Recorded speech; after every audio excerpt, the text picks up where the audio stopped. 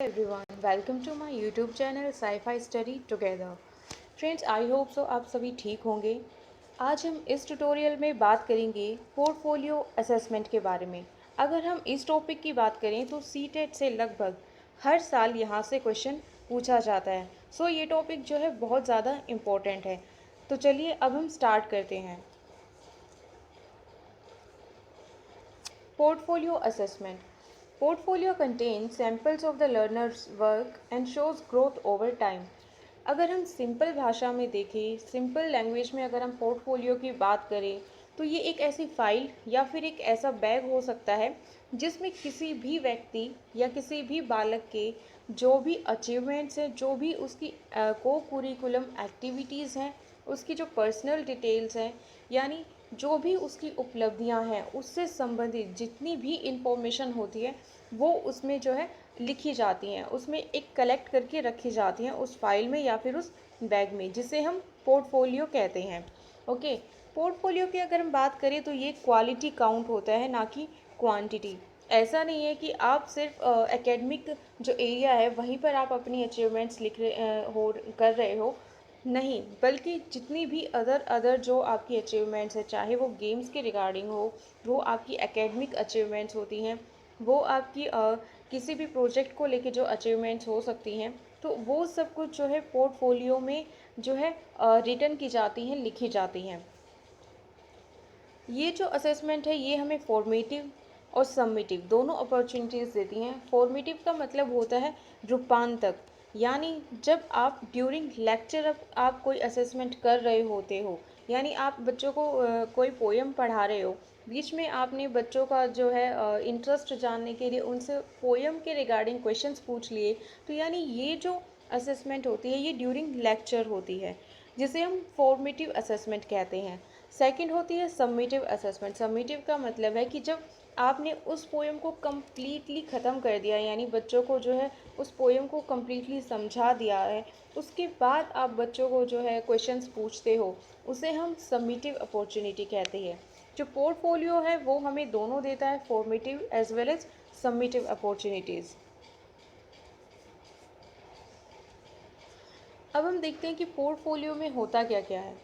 Portfolio में किसी भी स्टूडेंट की पर्सनल इन्फॉर्मेशन होगी, यानी उसका नेम होगा, उसकी डेट ऑफ बर्थ होगी, उसकी एज होगी और फ़ोन नंबर, उसका घर का एड्रेस, यानी जो भी पर्सनल इन्फॉर्मेशन है वो प्रेजेंट होती हैं इस फाइल में, पोर्टफोलियो में। सेकंड जो है वो है फैमिली इन्फॉर्मेशन, यानी उसके मदर के बारे में, उसके फादर की जो है जर्नल्स इन्फॉर्मेशन होंगी, उनकी इनकम क्या है, तो ये सब चीज़ें जो है इसमें लिखी जाती हैं। थर्ड है स्टूडेंट एकेडमिक प्रोग्रेस, यानी जो स्टूडेंट का जो शैक्षणिक जानकारी है, इसमें जो है उसका जो ओल्ड स्कूल है वो रिकॉर्ड भी ऐड हो सकता है, उसके पुराने स्कूल से रिलेटेड इन्फॉर्मेशन भी हो सकती है, उसने क्या क्या अचीवमेंट्स ली हैं अपनी एकेडमिक में, क्या प्रोग्रेस की है, वो सब चीज़ें जो है इसमें लिखी जाती हैं, इसमें मेंशन की जाती हैं। इसके बाद है student achievements in various areas of the curriculum. सिर्फ एकेडमिक ना होकर अदर जो उसकी अचीवमेंट्स होती हैं गेम्स में, डांसिंग में, जो भी उसकी हॉबीज़ है, सिंगिंग में या फिर किसी ऐसे राइटिंग कंपटीशन में, यानी जो भी उसकी ओवरऑल अचीवमेंट्स होती हैं, एकेडमिक को छोड़कर भी जो अदर अचीवमेंट्स होती हैं वो भी इसमें जो है लिखी जाती हैं, मेंशन की जाती हैं। अगर हम पोर्टफोलियो को जर्नली देखें तो जब हम पोर्टफोलियो की अगर हम बात करें, जब हम अपना सीवी बनाते हैं तो उसमें भी हम अपनी पर्सनल इन्फॉर्मेशन भी डालते हैं, फैमिली की कुछ इन्फॉर्मेशन भी डालते हैं, हमारी जो एकेडमिक प्रोग्रेस होती है वो सब चीज़ें भी हम लिखते हैं, हमारी जो अचीवमेंट्स होती हैं, हमने क्या क्या जो है प्राइज़ जो है हमने जीते हैं, हमारी हायर एजुकेशन तक का जो चीज़ें हैं, जो अचीवमेंट्स हैं, वो हम अपने सीवी में मेंशन करते हैं। तो अगर हम बात करें पोर्टफोलियो की, तो ये सिर्फ किसी स्टूडेंट को लेकर ही सीमित नहीं है, किसी व्यक्ति जो होता है, यानी स्टूडेंट के अलावा जो अलग जो पर्सन्स होते हैं उनकी भी सारी जो इन्फॉर्मेशन होती है वो पोर्टफोलियो के रूप में एक फ़ाइल के अंदर कलेक्ट होती हैं, यानी स्टोर करके रखते हैं। इसे हम जो है पोर्टफोलियो कहते हैं। पोर्टफोलियो जो है वो किसी भी इवैल्यूएशन में, यानी बच्चे के इवैल्यूएशन में बहुत ज़्यादा इम्पोर्टेंट रोल प्ले करता है।